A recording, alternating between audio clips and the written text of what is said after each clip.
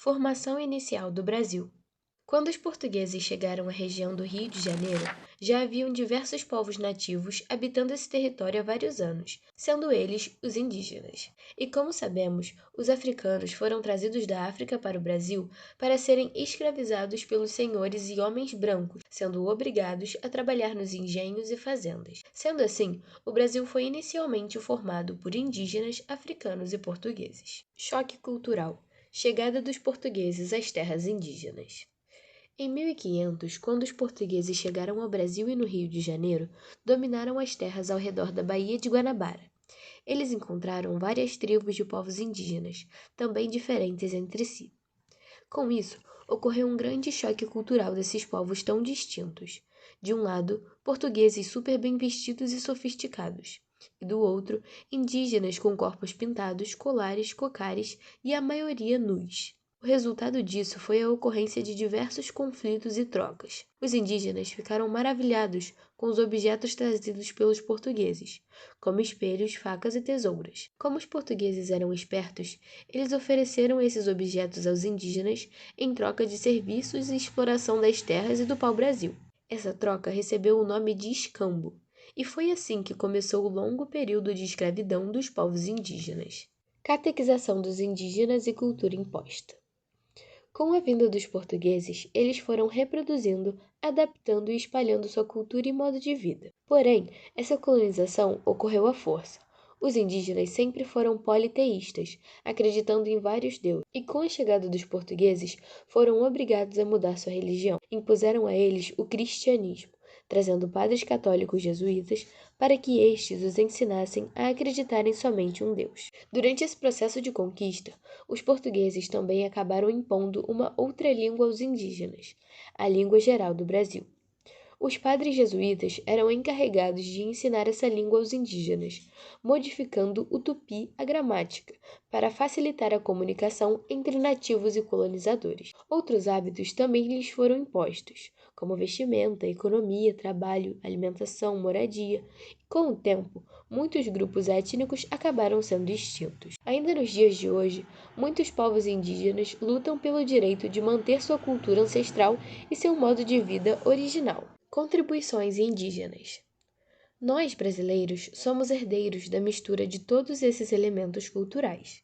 Tanto os povos indígenas quanto os povos europeus deixaram muitas contribuições no nosso dia a dia. Dos povos indígenas, temos comidas como mandioca, mingau, beiju, tapioca, moqueca, pirão, farinha, suco de guaraná, maracujá, caju, jabuticaba, açaí, goiaba e etc. Objetos como rede, peteca, esteira de palha.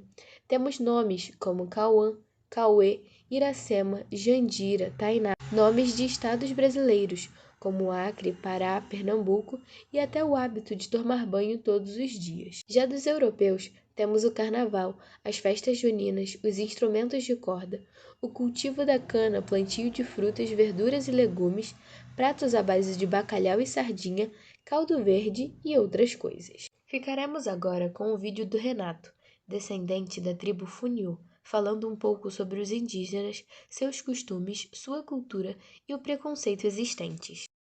Tudo bem? Meu nome é Renato, eu sou descendente dos Funiô. Funiô é uma tribo que tem em Pernambuco, em Águas Belas, sabe? A minha avó era índia, foi pega na tribo, né, como a história de muitos índios brasileiros, pegou no laço, né, como se dizia naquela época, pelo meu avô, né, eles mudaram para Brasília e eu nasci. E eu carrego a ancestralidade, né, indígena, eu trabalho, eu tento manter essa tradição, né, tanto dos meus ancestrais como dos nossos povos originários, entendeu? E eu estou aqui para mostrar para vocês, né, um pouco dos trabalhos que fazemos, né, para manter essa cultura viva, sabe, para manter toda essa ancestralidade nossa, sempre pulsante em nossa vida, em nossas vidas, em nossos corações, né. Os trabalhos que fazemos, tem vários, né, aqui tem trabalhos de várias etnias do Brasil. Tem trabalhos do meu povo, que é lá de Pernambuco, né, que no caso são esses cocares, inclusive que eu estou usando. Só para deixar bem claro que esses cocares são feitos de penas, né, de animais mesmo, mas o que acontece? Nenhum animal ele é sacrificado para fazer esses cocares. Nós esperamos a época de muda, né, que quando os pássaros trocam de pena, para juntar as penas também, e como o pessoal lá da minha etnia, que é de Pernambuco, eles têm difícil acesso às penas, principalmente de arara, eles fazem as trocas com a etnia do centro-oeste, tipo a Chapada dos Veadeiros, Tocantins, entendeu? E tem também, né, a parceria com viveiros, né, que também criam, autorizados pelo IBAMA, né, e vão doando pra gente também, pra gente fazer esses trabalhos. O carro representa toda uma potência, sabe? É um ornamento, sabe, de proteção, que significa poder também, sabe? Na aldeia, né? E temos também, como disse anteriormente, trabalho de várias etnias. Por exemplo, o pessoal do Amazonas gosta de trabalhar mais com sangue, entendeu? Com esse tipo de trabalhos assim mais detalhados, sabe? O pessoal do Zanauá, aqui tem o pessoal do Xingu, tem dos Pataxó, tem de várias etnias do Brasil, né? Uns cordões, pulseiras. Sim, tem as cerâmicas também. As cerâmicas são... Perguntas. Então vamos lá, responder as perguntas. Sabemos que existem leis na Constituição a favor dos indígenas. Você acha que todas elas realmente são cumpridas? Pois então, se tratando de lei, né, principalmente nessa nossa presidência que está acontecendo aí, nós, povos originários, estamos meio que indefesos, né? Tem muitas leis, sim, né, que, entre aspas, protegem os indígenas, mas até para a gente conseguir, por exemplo, eu estou aqui no Rio de Janeiro, em Ilha Grande, né? Até para eu chegar, para expor os artesanatos, sabe, tem toda uma burocracia, né? Né, para impedir que a gente trabalhe essas coisas, né? Então as leis, elas existem sim, mas muitas vezes não são cumpridas, infelizmente. Por que você acha que a grande maioria dos povos indígenas negam suas origens e raízes? Seria por medo da rejeição ou preconceito? Sim, é medo também, né? Antigamente tinha muito medo, mas hoje em dia eu acho que as pessoas se orgulham de ser indígenas, né? Mas existem muitas também que ficam com medo de se posicionar como índios justamente por causa desse genocídio que anda tendo com os nossos povos, né? Nós da Amazônia, essa guerra toda contra o garimpo, né? A monocultura, sabe? As indústrias, né? Eles não gostam da gente, né? Dos povos indígenas, eles fazem de tudo para exterminar. E muitas pessoas muitas vezes não se intitulam indígenas por medo mesmo, sabe? De rejeição da sociedade. E medo também do governo. Por que, quando a população indígena vem para as áreas urbanas, elas se alocam nas áreas periféricas? Na maioria das vezes pode ser pelo custo-benefício, né? Porque a maioria dos índios sobrevive na sua terra, né? De plantio, de pesca, entendeu? De artesanatos também. E quando ele vem para a cidade, quando ele não consegue expor, ou até mesmo quando ele vai expor em algum lugar, o que ele tem que fazer? Ele vem para a cidade para mandar o dinheiro para os parentes que estão na aldeia. Aí nisso ele tem que procurar um lugar mais em conta. Aí por isso que prefere os lugares mais periféricos. Conte pra gente um pouco sobre a aldeia, como funciona, costumes e tradições.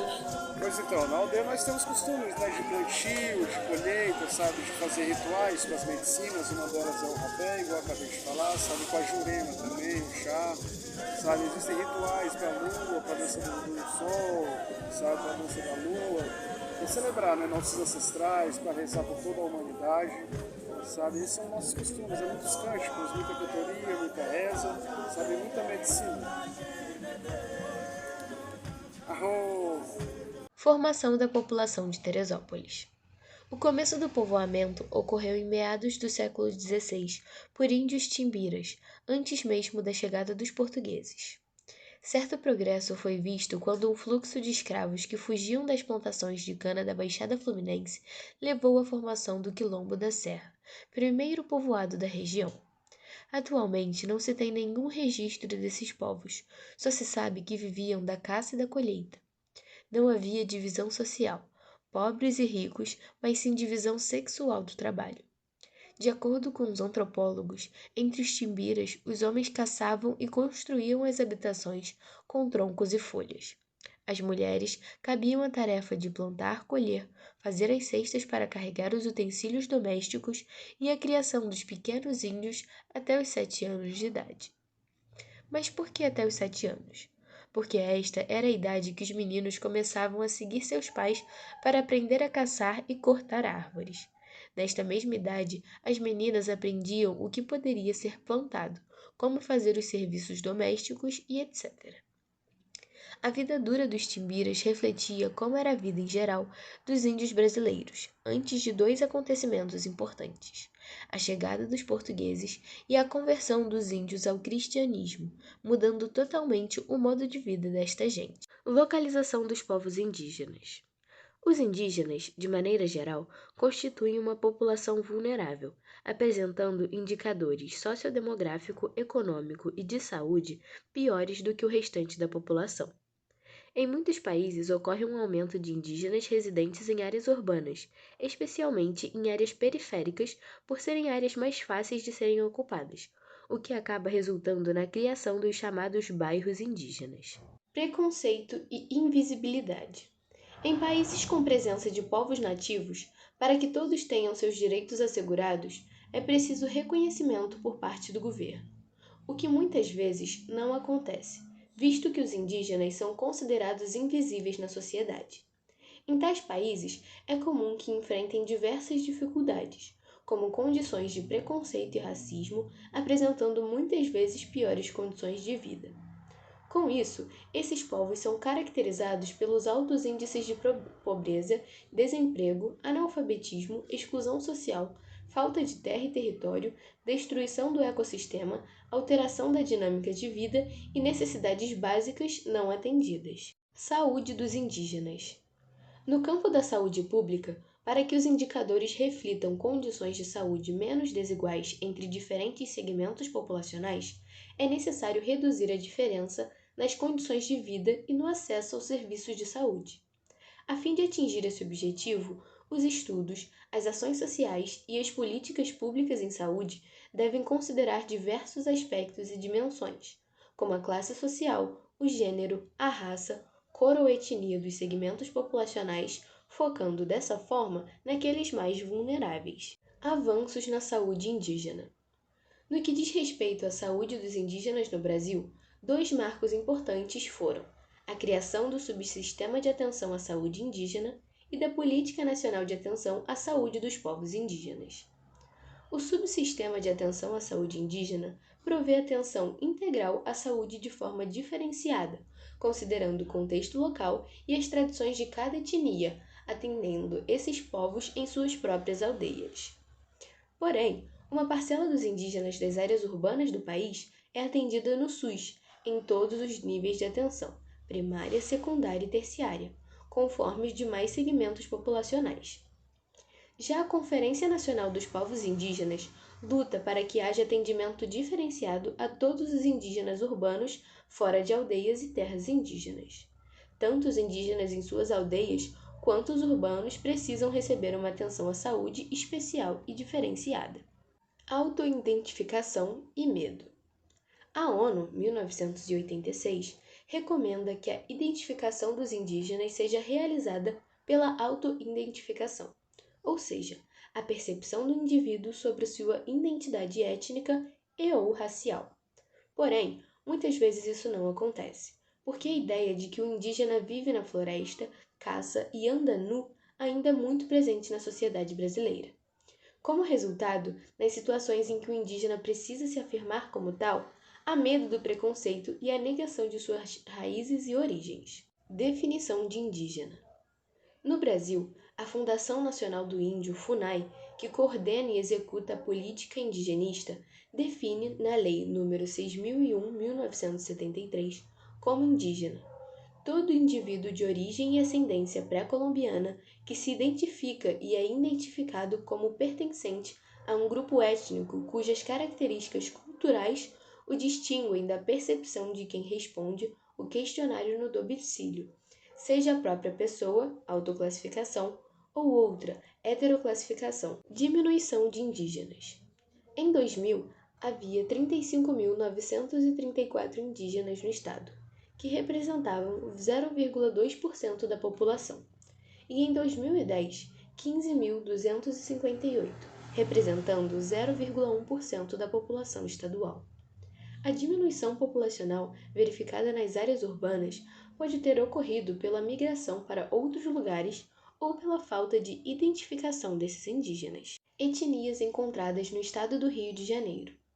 O estado do Rio de Janeiro apresentou 163 etnias declaradas, sendo Guarani, Tupiniquim, Guarani-Endevá, Tupinambá-Potiguara, Pataxó e Puri as mais numerosas.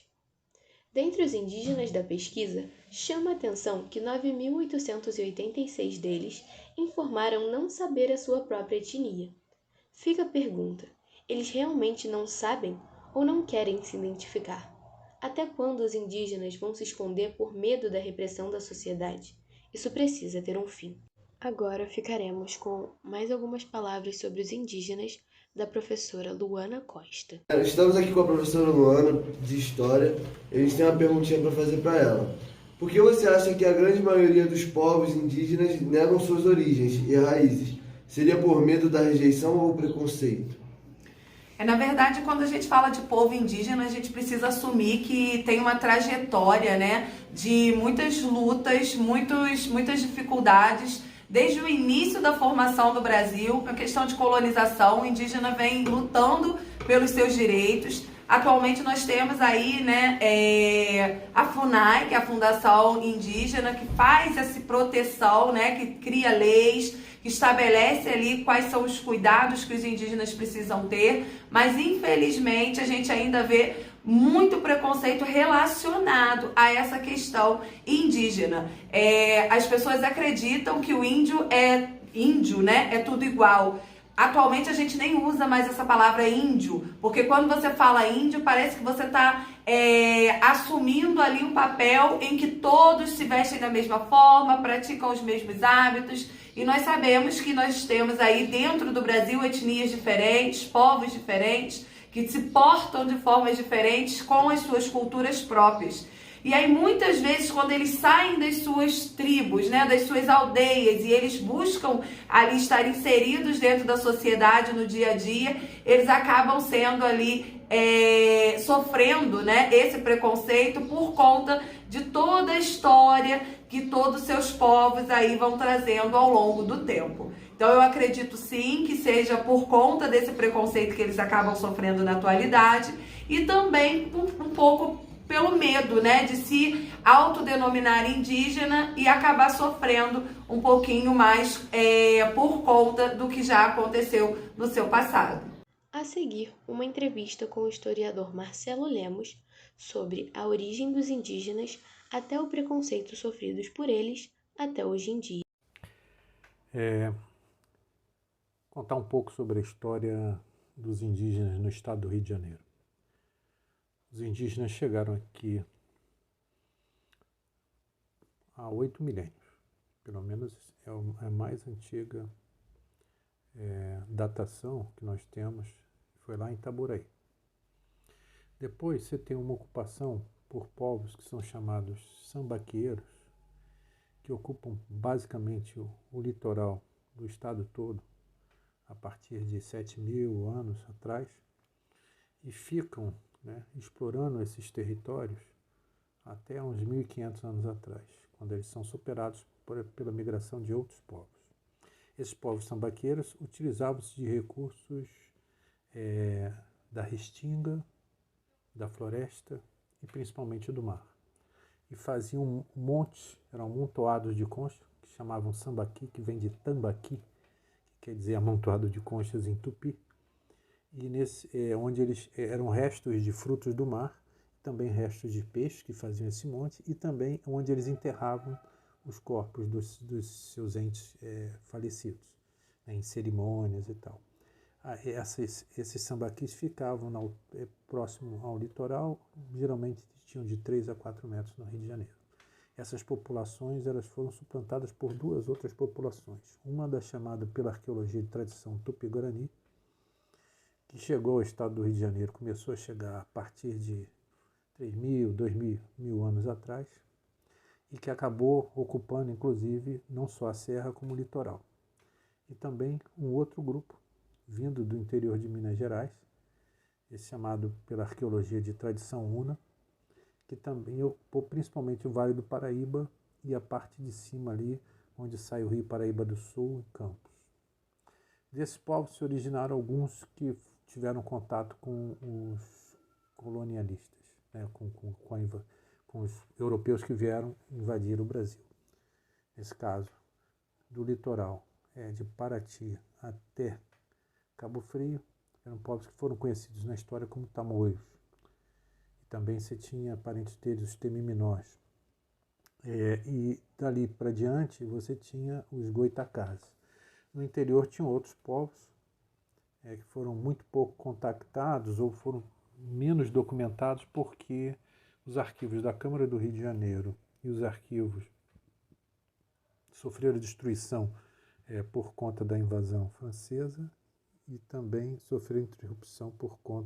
A Constituição de 1988 deu direitos aos povos indígenas que foram conquistados a partir de muita mobilização e que, mesmo assim, hoje em dia, muitos deles estão sendo contestados, inclusive há uma discussão no Supremo sobre que tipo de terra pode ser titulada ou não, se são aquelas que estavam em processo em 1988 ou se são todas as terras que os indígenas reivindicam que sejam tituladas como terras deles, como terras indígenas, né? E mesmo essa conquista de 88, que foi fruto de mobilização dos povos indígenas, elas podem sofrer, né, se não houver uma mobilização, não só deles, mas de quem se solidariza com os povos indígenas, retrocesso.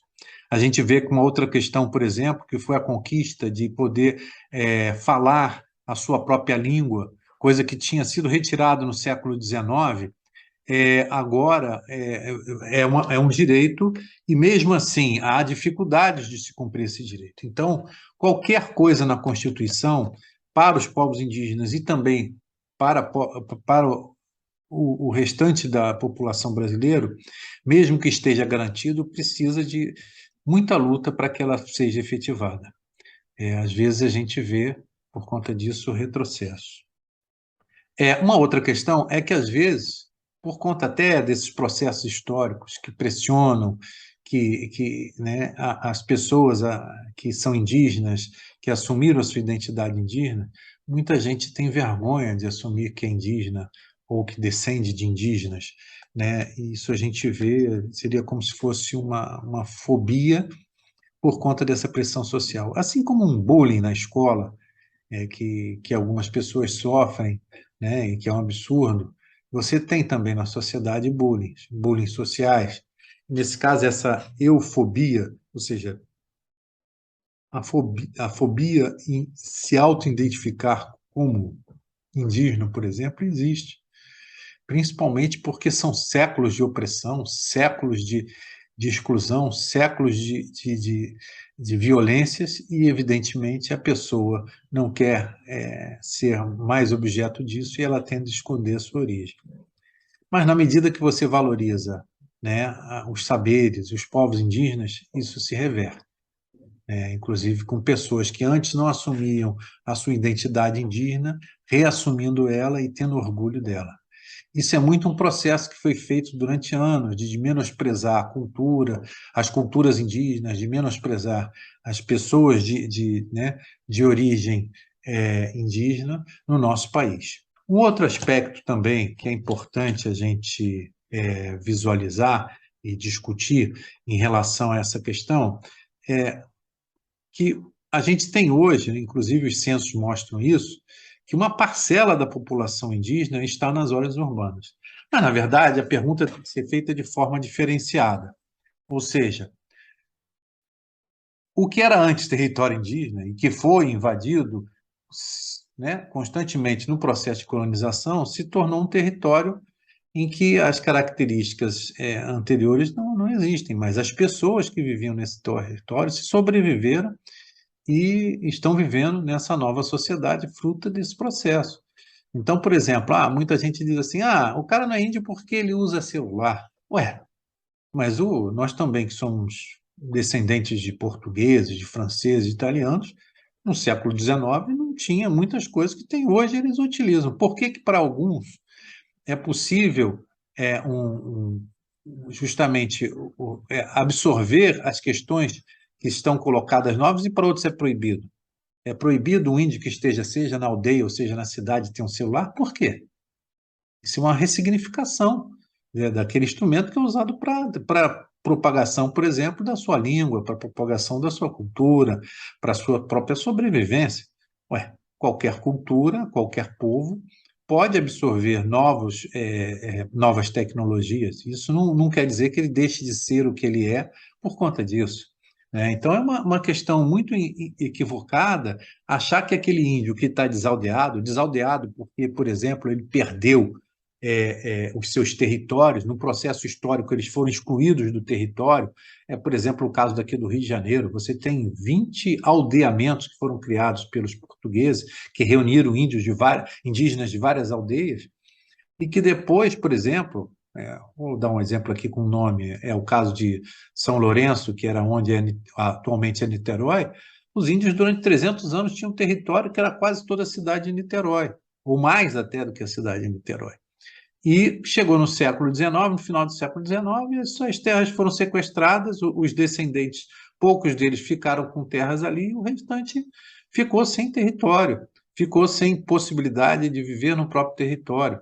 Então, essas pessoas sofreram processo de expropriação, processo de exclusão, processo de proibição de falar a própria língua, né? Então, por isso, evidentemente, que você vai encontrar índios no meio urbano que são índios da própria região, e às vezes são outros. Por exemplo, alguns que moram em aldeias, mas que só têm os ensinos de fundamental na aldeia, precisam sair do território da aldeia para poder estudar. Então, por exemplo, no Rio de Janeiro, que você teve no último censo mais de 15 mil pessoas estudando aqui, uma parcela dessas pessoas vieram de fora, porque para estudar, para fazer universidade, para fazer o ensino médio, precisavam se deslocar dos seus territórios. Então, essa questão, o índio está onde ele quiser, ele está na cidade, está no campo, está na sua aldeia, está fora da aldeia, pode viver em cidades médias, cidades pequenas, na área rural, e nem necessariamente. A outra questão é que eu, como historiador, já fui em algumas aldeias, já conversei com alguns indígenas, tanto no Rio de Janeiro como fora do Rio de Janeiro, e é uma experiência que eu acho muito importante, até porque as pessoas têm que conhecer, né? O Brasil é um país diverso, é um país multicultural, é um país que tem vários povos, então a gente tem que conhecer todos os povos que compõem o nosso país. E nós temos que justamente conhecer para defender essa pluralidade em relação às línguas, pluralidade em relação às etnias existentes, o reconhecimento que a nossa democracia ela só vai funcionar se a gente tiver uma democracia para todos, uma democracia para todos os povos que vivem nesse território, para todas as pessoas que possam exercer sua cidadania. Né? E eu queria também colocar, finalmente, que em relação a Teresópolis, daqueles povos que vieram de outras regiões, né? E a partir de 2000 anos atrás e tal, povos que faziam agricultura, que eram no caso da tradição Tupi-Guarani e da tradição Una, que eu tinha falado anteriormente na primeira pergunta, que eu respondi, é que eles transitaram pelo território era parte da vivência deles aquele território de Teresópolis. A passagem do Rio Paraíba e a subida na serra para caçar, né, nos acampamentos que eles tinham naqueles locais, são locais tradicionais para eles. Agora, se tem poucos vestígios em Teresópolis, isso é por duas coisas. Primeiro, pouquíssimas pesquisas do ponto de vista arqueológico. Segundo, é que o entendimento é que os povos indígenas eles transitavam por um território grande, eles não ficavam parados como uma propriedade rural aqui, vou ficar aqui a vida toda. Não era assim. Então, a gente não pode ter um entendimento que a gente tem em relação às coisas que estão dadas no capitalismo em relação ao próprio modo de vida desses povos indígenas, que interagiam com as populações que estavam subindo a serra. Então, a partir do século XVIII, você tem a presença ali de puris, de manipaques, de saruçus, né, naquela região, coroados também, os índios que eram chamados coroados, não era uma etnia específica, mas sim o nome que os portugueses davam àqueles índios que cortavam a coroa da cabeça aqui, tinha esse hábito e tal. Então, essas questões são importantes da gente entender, que eles eram parte do território ancestral dele, aquelas regiões. E se poucos deles se relacionaram quando subiu o primeiro proprietário de uma sesmaria lá, que é o caso do Marte, que era um lusitano, filho de inglês, isso é porque eles viviam transitando, era um território que eles paravam de vez em quando para caçar, mas mesmo assim, você vai ter, por exemplo, nos censos de 1872 e 1890, a presença de caboclos naquela região.